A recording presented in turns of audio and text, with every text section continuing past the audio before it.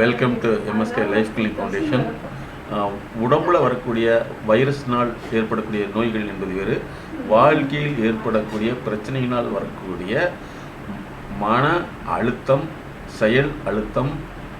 செயல் நெருக்கடி, இதனால் வரக்கூடிய பிரச்சனைகள் வேறு. அப்போ இதற்கு வாழ்க்கை பிரச்சனைகளை கையாளுவதற்கு உளவியல் ரீதியான செயல்முறை தேவை.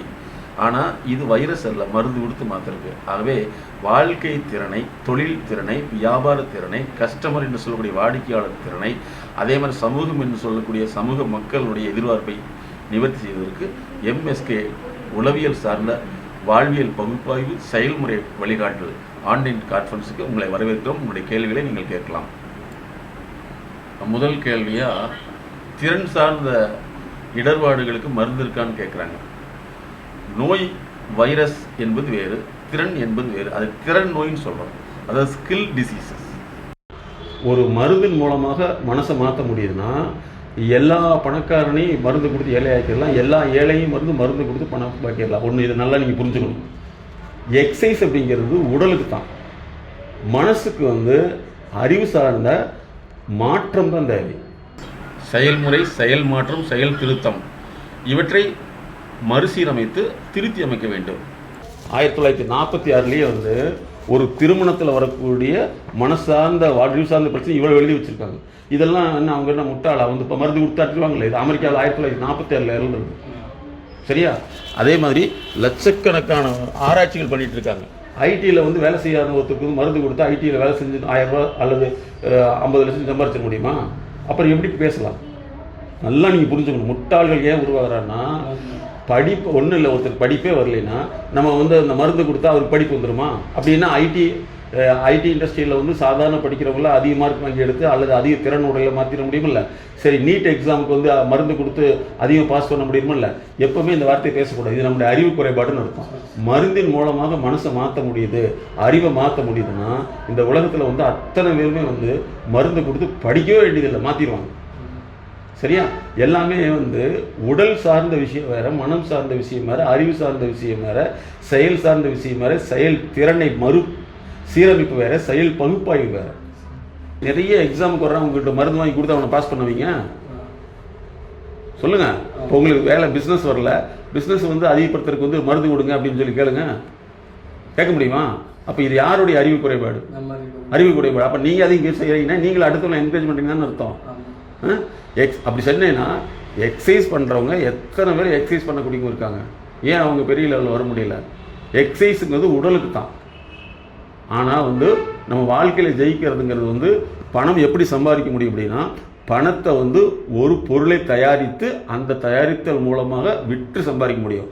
பொருளை தயாரிக்கிறதுக்கு அறிவு சார்ந்த ஆலோசனை, அறிவு சார்ந்த திட்டம் சேவை.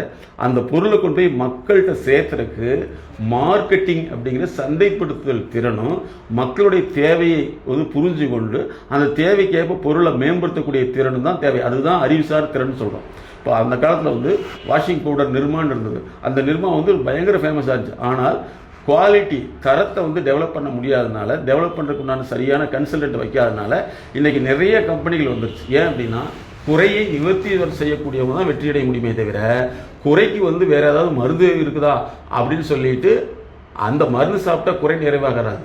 நீங்கள் பண்ணக்கூடிய பொருள் அல்லது தொழில் அல்லது சேவை இதில் தரத்தை மேம்படுத்துறதுக்கு தான் உளவியல் சார்ந்த கன்சல்டன்சிங்கிறது அறிவு சார்ந்த பகுப்பாய்வுன்னு சொல்கிறோம். அப்போ இனிமேல் நீங்கள் நீட் எக்ஸாமுக்கு கோடிக்கணக்கான ரூபா செலவு பண்ணிட்டு இருக்காங்க. ஏன் எல்லா ஸ்கூல்லையும் மருந்து வாங்கி கொடுத்துருவாங்கல்ல? எல்லா ஸ்கூல்லையும் நீங்கள் சொன்ன மாதிரி எக்ஸசைஸ் பண்ணி கொடுத்துருவாங்கல்ல? அப்போ அறிவு வேறு, செயல்பாடு வேறு, வளர்ச்சி வேறு. வளர்ச்சியினுடைய வீழ்ச்சியிலிருந்து வெளியில் கொண்டு வரக்கூடிய அதிலிருந்து மேம்பட்டு வரக்கூடியது வேறு அப்படின்னு நீங்கள் புரிஞ்சுக்கணும். ஏன்னா மருந்துங்கிறது உடல் சார்ந்த வைரஸுக்கு தான் மருந்து. வாழ்க்கைக்கு மருந்து இருந்துச்சுன்னா எல்லாமே வாங்கி சாப்பிட்ருவாங்கல்ல? புரிஞ்சுட்டீங்களா? அப்போ என்ன செய்யணும்? இனிமேல் மருந்து உடலுக்கு எடுக்கிற மருந்து, வளர்ச்சிக்கு மருந்தே இல்லை. அப்போ இது நம்ம செய்யறது வளர்ச்சி, டெவலப்மெண்டல் சைக்காலஜி. இது நம்ம பண்றது எம்எஸ்கே டெவலப்மெண்டல் சைக்காலஜி அப்படின்னு அர்த்தம். இப்போ புரிஞ்சுட்டு உங்களுக்கு நீங்கள் இது மனம் சார்ந்தது, இது ஸ்பெஷலிஸ்ட்டை போகணும்னு அவர் சொல்லியிருந்தாருன்னா கரெக்ட். ஆனால் உங்களோட சொல்லும்போது எனக்கு அது யாருன்னு தெரியல அந்த டைமில். அப்படி சொல்லுங்க. அப்போ யாருன்னு தெரிஞ்சுக்கலின்னு சொல்லுங்க. எப்பவுமே நல்லா நீங்கள் வந்து எல்லாத்துக்கும் நான் எதுக்கு இவ்வளோ தூரம் உங்ககிட்ட சொல்கிறோம்னா, நீங்கள் எல்லாத்துக்கும் இந்த விழிப்புணர்வு சொல்லணும். மருந்து கொடுத்து மாற்றணும்னா ஒவ்வொரு ஹஸ்பண்டையும் வந்து ஒரு ஒய்ஃப் வந்து மருந்து கொடுத்து மாற்றிடுவாங்க. ஒவ்வொரு ஹஸ்பண்டை வந்து அவங்க அம்மாவுக்கு மருந்து கொடுத்து மாற்றிடுவாங்க. ஒவ்வொரு ஹஸ்பண்டும் மாமனார் சொத்தை எழுதி வாங்கறதுக்கு மருந்து கொடுத்து மாற்றிடுவாங்க. அப்படின்னு ஒன்று இல்லவே இல்லை. இப்போ புரிஞ்சது உங்களுக்கு? அறிவு சார்ந்த வளர்ச்சி தான் எங்களுடைய மைண்ட் செட் நாலேஜ் தெரப்பின்னு சொல்லக்கூடியது. அதுக்காக தான் நாங்கள் வந்து எம்எஸ்கே லைஃப் கிளினிக் ஃபவுண்டேஷன் வந்து கல்வி, பொருளாதாரம், சமூக அந்தஸ்து, உளவியல் ஆரோக்கியத்தை டெவலப் பண்ணுறது தான் நாங்கள் உருவாக்கியிருக்கோம். உலகத்தில் ஃபஸ்ட்டு கிளினிக் எங்களை தான். இப்போ கிளியராக உங்களுக்கு இப்போ யாராவது கேட்டான்னு சொல்லுவீங்க? மருந்து இல்லை, மருந்துனால வாழ்க்கையை மாற்ற முடியாது, மருந்துனால வளர்ச்சியை உருவாக்க முடியாது. மருந்து வந்து வைரஸில் வந்துச்சு அப்படின்னா வைரஸ்க்கு மருந்து இல்லையா? ஆனால் வாழ்க்கைக்கு மனோதத்துவம். இப்போ கிளியரா? உளவியல் பகுப்பாய்வுன்னு சொல்கிறோம். கவுன்சிலிங்கிறது அட்வைஸ் பண்ணுறது. இது அதற்கு மேலே வந்து உங்களுக்கு உண்டான பிரச்சனையுடைய ஆழத்தை கண்டறிந்து மாற்றுறது. அதாவது எண்ணம் அப்படிங்கிறது வந்து நீங்கள் ஏற்கனவே பார்த்தது, பாதித்தது, கேட்டது, கெட்டது, இதெல்லாம் வந்து உள்ளுக்குள்ளே இருந்து உங்கள் அறியாமையே அது வந்து வெளியில் வந்து நினைவாக வரக்கூடியதான் எண்ணம். அந்த எண்ணம் வந்து நாங்கள் அந்த எண்ணத்தை வந்து சாம்பிளிங் பண்ணி எப்படி ரத்தத்தை வந்து கொஞ்சோண்டு எடுத்து அதில் என்ன இருக்குதுன்னு கண்டுபிடிக்கிறாங்களோ, உங்களோட நாங்கள் தொடர்ந்து வந்து இடைவினை இன்ட்ராக்ஷன் பண்ணையில் தான் நீங்கள் சொல்லக்கூடிய வார்த்தைகள் வந்து உங்களுடைய பாதிப்புடைய வார்த்தையாக இருக்கலாம், அல்லது வந்து பிற நாள் பாதிப்பை ஏற்படுத்திய வார்த்தையாக இருக்கலாம். இந்த உங்களுடைய வார்த்தைகளின் மூலமாகவும், நடத்தையின் மூலமாகவும், முகபாவனைகள் மூலமாகவும், உணர்ச்சியின் மூலமாகவும் தான் உங்களுடைய அந்த பிரச்சனையினுடைய ஆழமும் பிரச்சனையினுடைய பாதை, அதனுடைய வழி, அல்லது அது எந்த வழியில் போயிட்டுருக்குங்கிறத கண்டுபிடிக்க முடியும். ரத்தத்தை கொஞ்சோண்டு சாம்பிள் டெஸ்ட் பண்ணுற மாதிரி உங்களை ஒவ்வொரு நாளும் நாங்கள் டெஸ்ட் பண்ணி தான் உங்களுடைய வாழ்க்கையில் ஏற்பட்ட நிகழ்வு உங்களுடைய அறிவுங்கிற மனசை வந்து எப்படி பாதித்து அது எப்படி வந்து மூளையை தூண்டி மறுபடி வந்து சிந்தனை சுழற்சி உருவாக்குதுங்கிறது தான் எங்களுடைய கண்டுபிடிப்பு. பல பேர் வந்து பேசினா எப்படி சரியாகும், பேசுகிறதான் கன்சல்டேஷனா அப்படின்னு கேட்பாங்க. ஸோ பேச்சு என்பது இவங்களுக்குள்ளே என்ன பேசிக்கிறாங்களோ அதைத்தான் பேச்சுன்னு நினச்சிக்கிறாங்களே தவிர, ஒரு மார்க்கெட்டிங் ஏஜெண்ட், தொழிலதிபர்கள், அரசியலதிபர்கள், விஞ்ஞானிகள் பேசக்கூடிய பேச்சுக்கும் ஒரு பிரச்சனையை தீர்வு செய்யக்கூடிய பேச்சுக்கும் கோர்ட்டில் வந்து ஜட்ஜ்மெண்ட் கொடுக்கக்கூடிய பேச்சுக்கும் வித்தியாசம் இருக்கிறது. அதாவது பேச்சுங்கிறது வாய்வழியாக இருக்கிறது அப்படின்னு நினச்சிட்டு இருக்காங்க. உண்மையிலேயே பேச்சுங்கிறது உணர்ச்சி சார்ந்தது, தீர்வு சார்ந்தது, செயல் சார்ந்தது, செயல் திருத்தம் சார்ந்தது, செயல் பகுப்பாய்வு சார்ந்தது என்பது பலருக்கு புரிவதில்லை. நீங்கள் வந்து மார்க்கெட்டிங் பண்ணுறாங்க அப்படிங்கிறது அவங்க வந்து ஒரு பொருளை வந்து சந்தைப்படுத்துறது வந்து மருந்து கொடுத்து பண்ணுறதில்ல. மார்க்கெட்டிங்கிறது விளக்கத்தை கொடுத்து, விழிப்புணர்வு கொடுத்து பண்ணுறாங்க. அப்போ உளவியல் ரீதியில் உங்களுடைய ஆழ வாழ்க்கையில் ஏற்பட்ட பாதிப்பை உங்கள் மூலமாக நாங்கள் கண்டறிந்து, அல்லது உங்களுக்கு தெரியாமல் நீங்கள் சொல்லாமல் வச்சுருக்க விஷயத்தை கண்டறிந்து தான் நாங்கள் அதை மாற்றுவதற்கு உண்டான செயல் வழி சிகிச்சை.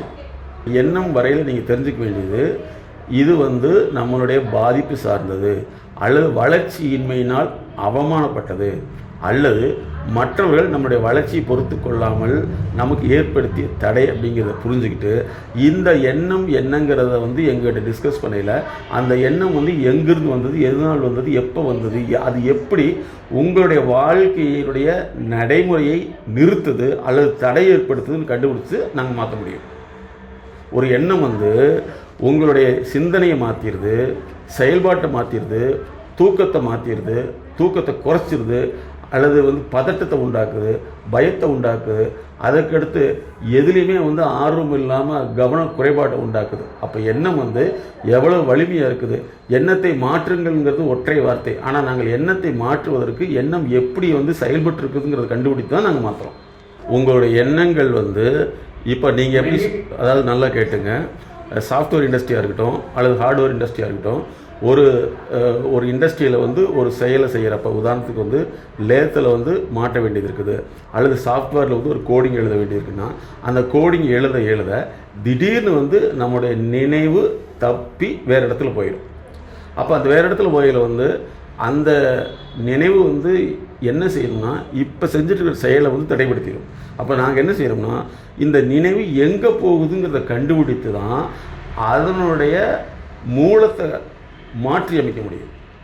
ஒருத்தருக்கு வந்து ஒரு எண்ணம் வந்து ஒரு பயத்தை உண்டாக்கி, பீதியை உண்டாக்கி, அல்லது கோபத்தை உண்டாக்கி ஒரு செயலை வந்து நம்ம செய்யக்கூடிய வேலையை நிறுத்துது அப்படின்னா இது வந்து இப்போதைக்கு நிறுத்தாது. இந்த மாதிரி பல நிலைகளில் வந்து நிறுத்தி அந்த மாதிரி ஒரு சூழ்நிலை வரையில் இது ஆட்டோமேட்டிக்காக நம்மளை நிறுத்துகிற மாதிரி வந்துடுது. அப்போ நாங்கள் என்ன செய்யணும்னா இந்த எண்ணம் வந்து எப்போ உங்களுக்கு தோன்றியது அப்படின்னு தோண்டி எடுத்து அந்த மூலத்தை தான் மாற்ற முடியும். உதாரணத்துக்கு வந்து ஒரு வீட்டில் ட்ரைனேஜ் போயிட்டே இருக்குது, வீதியெல்லாம் வந்து ட்ரைனேஜ் வாட்டர் கழிவு நீர் வந்து தேங்கி இருக்குன்னா கழிவு நீர் சுத்தப்படுத்திகிட்டே இருக்கிறதுங்கிறது ஒன்று, கழிவு எங்கே உருவாகுதுன்னு கண்டுபிடிச்சி அதை வந்து மாற்றி அமைக்கிறது ஒன்று. அப்போ எங்களுடைய வேலை என்னென்னா எம்எஸ்கே தெரப்பியில் உங்களுடைய மனசில் வந்து எந்த எண்ணம் சுழற்சியாக இருக்குது, எந்த சுழற்சி வந்தோன்னே இருக்கிற செயல்பாட்டை நிறுத்தியதுங்கிறத நாங்கள் பகுப்பாய்வு செஞ்சு தான் கண்டுபிடிக்க முடியுமே தவிர நீங்கள் கேட்குற கேள்விக்கு பதிலாக இது இருக்காது.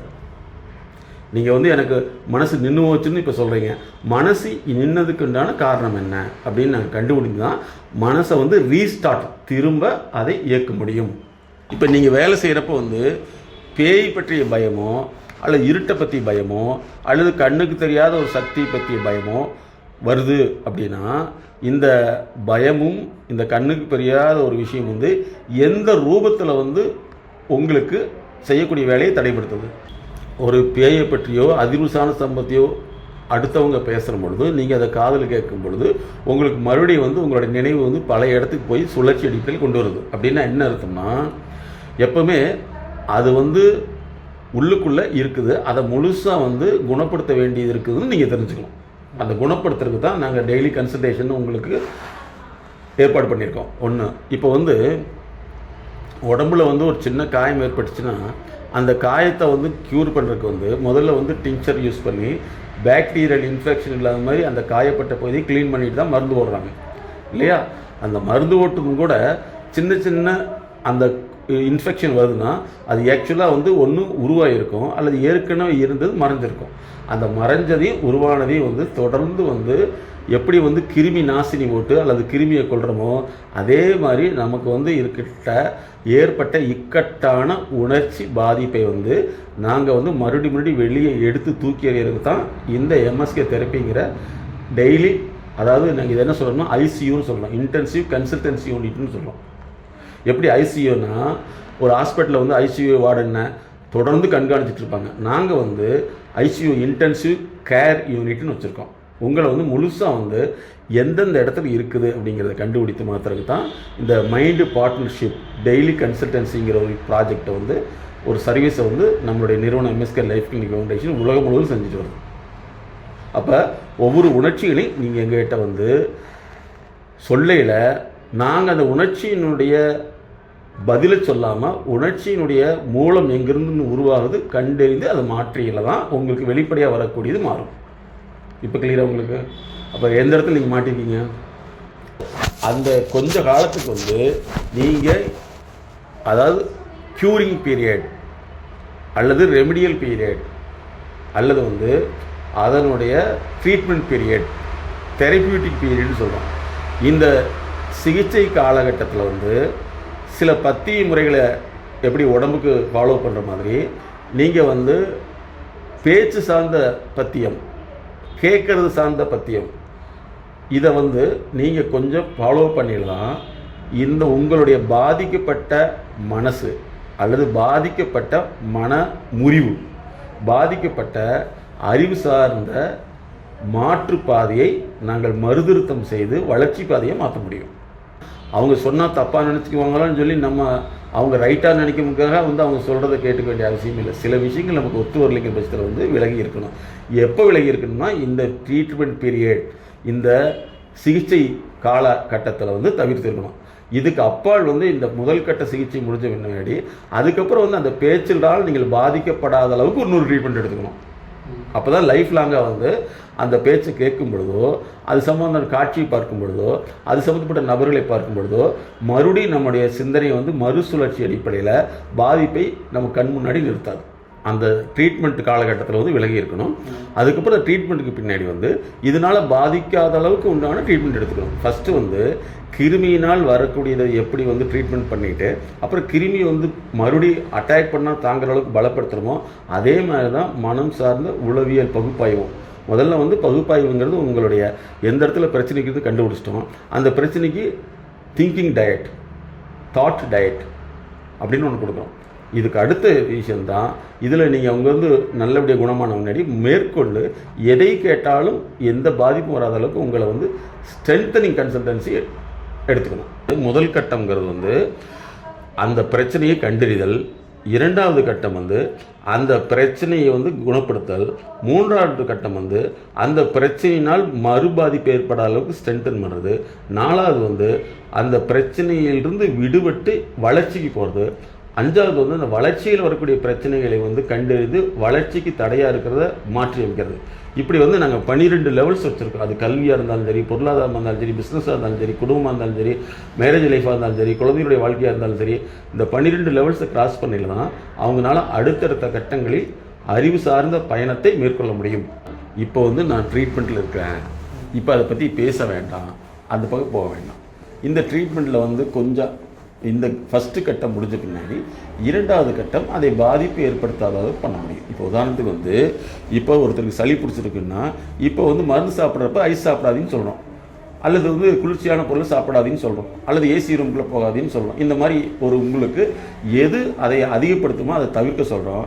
அதுக்கப்புறம் வந்து இதில் குணமாயிட்டா அந்த பாதிப்பை வந்து அது ஐஸாக இருக்கலாம், அல்லது குளிர்ச்சியான தண்ணியாக இருக்கலாம், ஏசியாக இருக்கலாம், இதனால் நம்ம உடம்பு வந்து பாதிக்காத அளவுக்கு நம்ம மனசை சரிப்படுத்துறதுக்கு அடுத்த விஷயம் கன்சல்டேஷன் அப்படிங்கிறது அவசியம். எங்களுடைய MSK life clinic foundation corporate litigation தெரப்பின்னு ஒன்று உருவாக்கியிருக்குது. என்னென்னா பலர் வந்து வாழ்க்கையிலுடைய ஏதோ ஒரு சூழல்னால் வந்து காவல்துறையினால் வந்து விசாரணைக்கு அழைக்கப்பட்டாலோ அல்லது நீதித்துறையில் வந்து யாரோ ஒருத்தர் வந்து இந்த மாதிரி வந்து புகார் கொடுத்து அதனால் பாதிக்கப்பட்டாலோ அவர்களுக்கு வரக்கூடிய அழுத்தம், பயம், அச்சம் அப்படிங்கிறது தூக்கமின்மையை உருவாக்கிடும். எந்த ஃபோன் வந்தாலும் அந்த ஃபோன் வந்து மிகப்பெரிய அதிர்ச்சி உண்டாக்கிடும். அதுக்கடுத்து எப்போவுமே நிம்மதி இல்லாத நிலைமை இருக்கும். அது இன்னொரு விஷயம் என்னென்னா, இது இப்படியே போச்சுன்னா நம்மளுடைய இருக்கக்கூடிய வாழ்க்கை முழுசுவாக முடிஞ்சு போயிடும், நம்மளை பற்றியான சமூக மதிப்பீடு குறைஞ்சிடும், மக்கள் இந்த மாதிரிலாம் பேசுவாங்கன்னு சொல்லி அவங்க பயங்கரமாக உள ரீதியில் பாதிக்கப்படுவாங்க. பக்கத்தில் உள்ளவங்ககிட்ட சொன்னால் இது தெரியாது, ஆறுதல் சொல்லுவாங்க தவிர நாங்கள் வந்து அறிவியல் ரீதியாக செயல் ரீதியாக அவங்கள மறுபடியும் வந்து மறுசுழற்சியில் வந்து சிக்காமல் அவங்கள வெளியே கொண்டு வரணும். அதனால தான் கார்ப்பரேட் லிட்டிகேஷன் தெரப்பின்னு கொண்டு வந்தோம். இந்த பொதுவாக வந்து வழக்கு விஷயங்களிலேயோ போலீஸ் விஷயங்களிலேயோ பாதிக்கப்பட்டவங்க எல்லாமே வந்து பார்த்திங்கன்னா அந்த பாதிப்பினுடைய காலகட்டம் வந்து அவங்களுக்கு ஒரு நரக வேதனையாக இருக்கும். ஒவ்வொரு நாளும் வந்து என்கொயரி வந்துடுமோங்கிற பயம் இருக்கும், அல்லது கோர்ட்டில் கூப்பிடுவாங்களோன்னு பயம் இருக்கும், அல்லது வக்கீல்கிட்ட என்ன ஸ்டேட்மெண்ட் வருமோன்னு இப்படி பயம் இருக்கும். இது வந்து அவங்கள வந்து தொடர்ந்து நிம்மதி இல்லாமல் பண்ணிடும். பல பேர்த்துக்கு இந்த அதிர்ச்சியினால தான் வந்து உடல் ரீதியான பிரச்சனைகள், அதாவது சர்க்கரை வியாதி அதிகமாகிறது, அப்புறம் திடீர்னு வந்து பார்த்திங்கன்னா அவங்களுக்கு அதிர்ச்சியினால் வந்து நரம்பு சார்ந்த பிரச்சனைகள், அல்லது குடல் சார்ந்த அடிக்கடி வந்து பார்த்திங்கன்னா டாய்லெட் போகிறது, அடிக்கடி வந்து யூரின் போயிட்டே இருக்கும். அப்போ எதுலேயுமே ஆர்வம் இல்லாமல் இருக்கும். பல நேரங்களில் வந்து நாமே வந்து வேதனைப்படுத்திக்குவாங்க. பலர் வந்து இந்த வேதனையை தாங்க முடியாமல் காயப்படுத்திக்குவாங்க. சிலருக்கு எப்படின்னா எதுக்கு இந்த வாழ்க்கையை பேசாமல் நம்ம இறந்து போயிட்டா பிரச்சனை இல்லாமல் போயிடுமோன்னு நினைப்பாங்க. அல்லது வந்து மற்றவங்க நம்மளை பற்றி என்ன மாதிரி கற்பனை பண்ணுவாங்களோன்னு கவலை வந்துக்கிட்டே இருக்கும். அப்போ இதெல்லாம் வந்து நாங்கள் கண்டறிந்து அவர்களை வழக்கு விஷயத்தை வந்து சமாளிக்கும் திறனை கொண்டு வர்றது, அதே மாதிரி வந்து அவங்க அந்த வழக்குக்கு வந்து என்னென்ன தயார்படுத்தணும் அப்படிங்கிறத உளவியல் ரீதியில் அவர்களை சரிப்படுத்துறது தான் எங்களுடைய இந்த கார்ப்பரேட் லிட்டிகேஷன் தெரப்பிங்கிறது. இது சாதாரண மக்களுக்கு தெரியறது கிடையாது. ஒரு ஒரு ஒரு பிரச்சனை ஆயிடுச்சு, உதாரணத்துக்கு வந்து ரோட்டில் போகையில் வந்து ஒரு ஃபைட் போட்டால் கூட சில நாள் தாங்க முடியாது. இன்னும் அதே மாதிரி தொழில் சார்ந்த போட்டியில் வந்து யாரோ ஒருத்தர் வந்து ஒரு கேஸ் ஃபைல் பண்ணிட்டாங்க, அல்லது வந்து நீதிமன்றத்தில் வந்து இந்த மாதிரியான ஒரு விஷயத்தை உண்டாக்கிட்டாங்கன்னா அது அவர்களுக்கு நீண்ட ஒரு பாதிப்பு உண்டாக்கியும். குடும்பத்தால் மத்தியில் வந்து இதை புரிஞ்சிக்க முடியாது. அவங்க பொறுத்தில் வந்து சரியாயிரும், சரி பண்ணிக்கலாம்னு சொல்லுவாங்க. எவ்வளோ பெரிய அட்வொகேட் வச்சு பண்ணாலும் அந்த பிரச்சனை தீர்வு வரைக்கும் இவங்களுடைய உடல், மனம், வாழ்க்கை, சிந்தனை, செயல் எல்லாமே பாதிப்பு ஏற்படுத்தி பசியின்மை, தூக்கமின்மை, வெறுப்பு, கோபம், தன்னைத்தானே வந்து குற்றப்படுத்திக்கிறது, குற்ற உணர்வு இப்படி அதில் பாதிச்சுட்டே இருப்பாங்க. இதை மாத்திரம் தான் கார்ப்பரேட் லிட்டிகேஷன் தெரப்பின்னு சொல்லும். அப்போ என்னென்னா, ஒரு மனிதனுடைய யதார்த்த வாழ்க்கையில் வந்து காவல்துறையினால் வந்து விசாரணை கலைக்கப்பட்டாலோ அல்லது நீதித்துறையின் மூலமாக வந்து இவர்கள் வந்து புராது அப்படின்னு சொல்லக்கூடிய அந்த கம்ப்ளைண்ட் பண்ணப்பட்டாலோ அதை வந்து சமாளிக்கும் மன அறிவு சார்ந்த திறன் சார்ந்த தன்மை உருவாக்குறது தான் இந்த கார்ப்பரேட் லிட்டிகேஷன் தெரப்பின்னு சொல்கிறோம். பலருக்கு வந்து என்னென்னா, அந்த நீதிமன்றம் சைடு போனாவே பயம் வந்துடும். ஒரு சிலருக்கு வந்து பார்த்திங்கன்னா அந்த காவல்துறை இருக்கிறவங்க கூடிய அந்த போலீஸ் ஸ்டேஷனோ அல்லது வந்து அந்த காவல் அலுவலகங்களை போகிறப்போ பயமாயிரும். பலருக்கு வந்து அந்த போலீஸ் பீப்புளை பார்த்தா பயமாயிரும். இதெல்லாம் வந்து காரணம் என்னென்னா, அவங்களுடைய பாதிப்பு அல்லது பாதிப்பதை கேட்டது அல்லது இந்த மாதிரி நடந்ததனுடைய அந்த என்ன சுழற்சியாக இருக்கும். இதை மாத்திரம் தான் கார்ப்பரேட் லிட்டிகேஷன் தெரப்பி. நாங்கள் இந்த கார்ப்பரேட் லிட்டிகேஷன் தெரப்பியில் என்ன சொல்கிறோம்னா, நிறைய பேர் வந்து என்கொயரி வர்றவங்க எல்லாமே பல பேர் வந்து இந்த சொந்தக்காரங்க வந்து உனக்கு இந்த மாதிரி ஆயிடுச்சாமா அல்லது நட்புண்டத்தில் இந்த மாதிரி ஆயிடுச்சான்னு கூப்பிட்றப்போ வந்து அதுவே எங்களுக்கு ஒரு அதிர்ச்சியை ஏற்படுத்தும். அப்போ அந்த சமயத்தில் வந்து அந்த மாதிரி நபர்களை வந்து தொடர்பு கொள்ளாமல் இருக்கவும் முடியாது. ஆனால் அவங்க தொடர்பு கொள்ளாமல் அவங்களும் இருக்க மாட்டாங்க. இந்த சமயத்தில் வந்து உங்களுக்கு ஏற்பக்கூடிய பாதிப்புகளை எங்கள்கிட்ட கன்சல்டேஷன் பண்ணுறதுக்காக தான் இந்த கார்ப்பரேட் லிட்டிகேஷன் தெரப்பி வேர்ல்டு லெவலில் வந்து எப்போ வேணாலும் எங்களை காண்டாக்ட் பண்ணுங்கிற ஒரு ப்ரோக்ராமே நாங்கள் வச்சுருக்கோம். சரியா? ஏன்னா நட்பு ரீதியில் ஆர்பிசி ரீதியில் சிலருக்கு வந்து இந்த ஆஃபீஸ்லேருந்து ஒரு ஃபோன் வந்தாலே போதும் அல்லது வேறு யாராவது ஒரு ஃபோன் பண்ணாலும் போதும், இதுக்காக இருக்குமா அதுக்காக இருக்குமான்னு ஒரு மிகப்பெரிய அதிர்ச்சியை உண்டாக்கிட்டே இருக்கும். இந்த கார்ப்பரேட் லிட்டிகேஷன் தெரப்பிங்கிறது வேர்ல்டு ஃபஸ்ட்டாக நாங்கள் தான் பண்ணிகிட்ருக்கோம். வழக்கு விஷயங்களில் வந்து பாதிக்கப்பட்டவங்க அல்லது வழக்கு விஷயங்கள் வந்து சிக்கிக்கொண்டவர்கள் வந்து இரவு நேர வாழ்க்கைங்கிறது ஒரு நரக வாழ்க்கையாக இருக்கும். பகல் நேரங்களில் தூங்கவும் முடியாது. பகல் நேரங்களில் வந்து பயமும் அதிர்ச்சியும் கவலையும் கோபமும் குற்ற உணர்வும் நம்முடைய வாழ்க்கையில் இனிமேல் எதுவுமே இல்லைங்கிற விஷயமும் இனிமேல் இப்படி ஆனால் மற்றவர்கள் என்ன சொல்லுவாங்க, இது வரைக்கும் நம்ம கட்டி காப்பாற்றிய ஒரு என்ன சொல்கிறது நம்மளை பற்றியான அபிப்பிராயம் எப்படியெல்லாம் போயிடும், நம்மளுடைய சுய மதிப்பீடு என்னங்கிற ஒரு கவலையில் அவங்கள அறியாமையே உள்ளுக்குள்ளேயே போயிட்டே இருப்பாங்க. இது குடும்ப நபர்களுக்கோ நட்பு வட்டத்துக்கோ தெரியாது. ஆனால் அதிலிருந்து வெளியில் வர்றதுக்கு தான் நாங்கள் இந்த கார்ப்பரேட் லிட்டிகேஷன் தெரப்பி உருவாக்கி அந்த பாதிப்பிலிருந்து அவர்களை வந்து தயார்படுத்தி, அதாவது அந்த பாதிப்பிலிருந்து வெளியில் கொண்டு வந்து பிரச்சனையை வந்து சமாளிக்கும் அளவு கையாளும் அளவு அவர்களுடைய அந்த மன திறன் மன பலம் அறிவு சார்ந்த ஒரு ஸ்திரத்தன்மைங்கிற ஸ்டெபிலிட்டி தான் நாங்கள் உருவாக்குறோம். ஒவ்வொருத்தருடைய வாழ்க்கையிலும் பயம் என்கின்ற ஒரு நிலையை சந்திக்க வேண்டியுள்ளது. அந்த பயப்படுறவங்க மற்றவங்ககிட்ட பார்த்து பயமாக இருக்குதுன்னா பயப்படாதவங்களா பிரச்சனை இல்லாதவங்களா இருக்கிறவங்க, அதாவது பயத்தினால் பாதிக்கப்பட்டவர்கள் மற்றவர்களிடத்தில் சொல்லும் பொழுது அவர்கள் இவர்களுடைய பயத்தை முழுமையாக புரிந்து கொள்ள முடியாது. அது மட்டுமல்ல, இது என்ன பயம், இதுக்கெல்லாம் போய் பயந்துட்டு இருக்கியா, நானெல்லாம் எவ்வளோ பெரிய பயத்தை பார்த்துட்டு இருப்பாங்க. ஆனால் உண்மையில் பாதிக்கப்பட்டவருக்கு தான் அந்த பயம் வந்து நெஞ்சு அளவில் இதய அளவில் மூச்சு அளவில் உடல் நரம்பு இயக்க அளவில் எப்படி பாதிப்பை ஏற்படுத்தும்னு தெரியும். பலருக்கு தூக்கம் வராது, பதட்டமாக இருக்கும், அந்த நினைவுகள் தொடர்ந்து சுழன்று கொண்டே இருக்கும். பல நேரங்கள் வந்து சாப்பிட முடியாது, அதே மாதிரி அவங்க பாத்ரூம் போக முடியாது, ஒரு இடத்துல வந்து உட்கார முடியாது, எப்போவுமே வந்து ரெஸ்ட்லெஸ் அப்படின்னு சொல்லக்கூடிய அமைதியின்மையிலே இருப்பாங்க. தலைவலிக்கும், வாமிட்டிங் வரும், வயிறு பிறட்டுற மாதிரி இருக்கும். பல நேரங்களில் வந்து யார் எதை சொன்னாலும் எடுத்துக்கவே முடியாது, அவங்க படுக்கவும் முடியாது, நிற்க முடியாது. அவங்களால் அவங்களுடைய உடல் வந்து தன்னுடைய நிலை இழந்து நடக்கும். அப்போ இந்த பயத்தினுடைய மூல காரணத்தை கண்டறிந்து நாங்கள் மாற்ற முடியும். பயம்ங்கிறது ஒற்றை வார்த்தை கிடையாது. பயத்துக்குள்ள நிறைய வந்து உட்பிரிவுகள் இருக்குது. பயம் வந்து அது வந்து உணர்ச்சி ரீதியான பயம், உடல் ரீதியான மாற்றத்தை ஏற்படுத்திடும், செயல் ரீதியானது, சிந்தனை ரீதியானது, எண்ணம் ரீதியானது, பல நேரங்கள் வந்து நடத்தை ரீதியானது. இன்னும் சொல்லப்போனால் அவர்களுடைய ரத்த அழுத்தத்தை அதிகப்படுத்துகிற அளவுக்கு அந்த பய உணர்ச்சிகள் செயல்படும். நம்ம எதுவுமே வந்து வார்த்தையுடைய உள்ளத்தை புரிஞ்சுக்கிறதே கிடையாது. பயம்ங்கிறது வந்து ஒன்று உங்களுக்கு அச்சமூட்டுறது, இன்னொன்று உங்களை வந்து ஒரு அதிருப்தியை உண்டாக்குறது, இன்னொன்று வந்து உங்கள் செயலை வந்து நிறுத்துறது, இன்னொன்று வந்து அந்த செயலை மேற்கொண்டு செய்யாமல் தவிர்க்கிறது. இதுதான் பயத்தினுடைய வெளிப்பாடு. பயம்ங்கிறது ஒரு விதமான உளவியல் சார்ந்த அதிர்ச்சி, விபத்து. அது வந்து நம்முடைய செயலை நிறுத்திடும், செயலை செய்ய விடாமல் தடுத்துடும். பயத்தினுடைய அடுத்த கட்டம்தான் நமக்கு வந்து தூக்கமின்மை, ஆர்வமின்மை, கோபம், அதுக்கடுத்து வந்து கவனமின்மை, அல்லது பல நேரங்கள் விபத்து நடக்கிறது கூட காரணம் இந்த பயங்கிற ஒற்றை வார்த்தை. ஆனால் பயத்தில் வந்து நிறைய லட்சக்கணக்கான உட்பிரிவுகள் இருக்குது. அதை கண்டறிந்து தான் நாங்கள் மாற்ற முடியும். ஹார்ட் அட்டேக்குங்கிறது ஒற்றை சொல், ஆனால் ஹார்ட்டில் வந்து எவ்வளோ ப்ராப்ளம் இருக்குது கண்டுபிடிச்சி தான் அதை மாற்றுறாங்க. மருத்துவத்துறையில் வந்து நாக்கை நீட்டுங்கிறாங்க, நாக்கை பார்த்துட்டு குடலை கண்டுபிடிக்கிறாங்க. குடலை நேரடியாக கண்டுபிடிக்கல, நாக்கினுடைய தன்மையை வச்சு குடல் கண்டுபிடிக்கல. அதே மாதிரி தான் உங்களுடைய பேச்சினுடைய தன்மை கண்டு உங்களுடைய வாழ்க்கையை கண்டறிக்கிறோம். அதாவது உங்களுடைய வாழ்க்கைக்கும் உங்களுடைய பேச்சுக்கும் இடையில் இருக்கிற மனம் அப்படிங்கிற அறிவினுடைய தொகுப்பை தாண்டி பேச்சு எப்படி வாழ்க்கையினுடைய பாதிப்பை வெளிப்படுத்துதுங்கிற கண்டுபிடிச்சி தான் நாங்கள் மாற்றோம். அதுக்கு தான் மைண்ட் லேப்னு வச்சோம். அதுங்க பயத்தினுடைய முக்கியமான விஷயம் 2 பாதிப்பு ஏற்படும். ஒன்று குடல் சார்ந்தது, இன்னொன்று கிட்னி சார்ந்தது. பொதுவா குடல் பகுதியில் பார்த்தீங்கன்னா பயத்தினால தான் இரிட்டபிள் பவுல் சிண்ட்ரோம்னே சொல்லுவோம். அதாவது அடிக்கடி டாய்லெட் போகக்கூடிய சென்சேஷன், யூரின் போகிற சென்சேஷன் வரும். அதனால தான் சொல்லுவாங்க பயத்தில் அதை கொச்சையாக தமிழ் சொல்லுவாங்க, பயத்தில் அவன் டாய்லெட் போயிடுவான், பயத்தில் யூரின் போயிடுவான் அப்படின்னு சொல்லுவாங்க. ஏன்னா பயம் உடலுடைய தசைகளை இறுக்கிரும், இல்லைன்னா அதை ஓப்பன் பண்ணி விட்டுரும். பயத்து உடல் சார்ந்த வெளிப்பாடு அல்லது உடலில் வரக்கூடிய பாதிப்பு என்னென்னா, ஒன்று உடலை இறுக்கிடும், குடலை இறுக்கிடும், இன்னொன்று குடலை ஓப்பன் பண்ணிடும். அதுதான் டிசென்ட்ரி. இது தமிழில் அந்த காலத்தையும் சொல்லுவாங்க. அதுதான் பயத்தினுடைய அடுத்த கட்டம் தான் அது குடல் சார்ந்த பாதிப்பை ஏற்படுத்தி இரிட்டபிள் பவுல் சிண்ட்ரோம். திடீர்னு ஏதாவது ஒன்று ஏற்படுச்சுன்னா உடனே டாய்லெட் சென்சேஷன் வரும். அப்போ ஒரு சிலருக்கு பார்த்தீங்கன்னா ஒரு அதிர்ச்சியான சம்பவத்தை கேட்டாலும் வயிறு குப்புன்னு ஆகிக்கும். வயிறு பார்த்தீங்கன்னா பெருசாகி வயிறு கேஸ்ட்ரிக் மாதிரி வந்துகிட்டே இருக்கும். அது கேஸ்ட்ரிக் வெளியில் காற்று பிரியும். அப்போ உடனே டாய்லெட் போகணும்னு தோணும். அப்போ பயங்கிற ஒரு அதிர்ச்சி எவ்வளோ உடல் மாற்றத்தை ஏற்படுத்துது.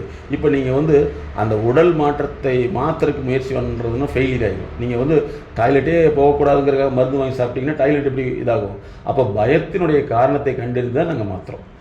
பயத்தினுடைய மூலம் எங்கே அப்படின்னு பார்த்து தான் நாங்கள் மாற்ற முடியும். அது ஆளுக்கால் மாறும். சரியா?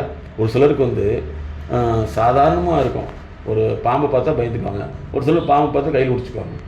இப்போ அந்த கையில் பிடிச்சவர் இதெல்லாம் பயப்பட வேண்டியதுன்னு சொன்னால் நம்ம ஏற்றுக்க முடியாது இல்லை.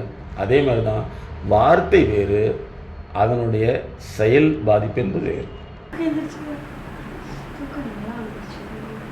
மேலும் விவரங்களுக்கு எங்களோடு தொடர்பு கொள்ளுங்கள்.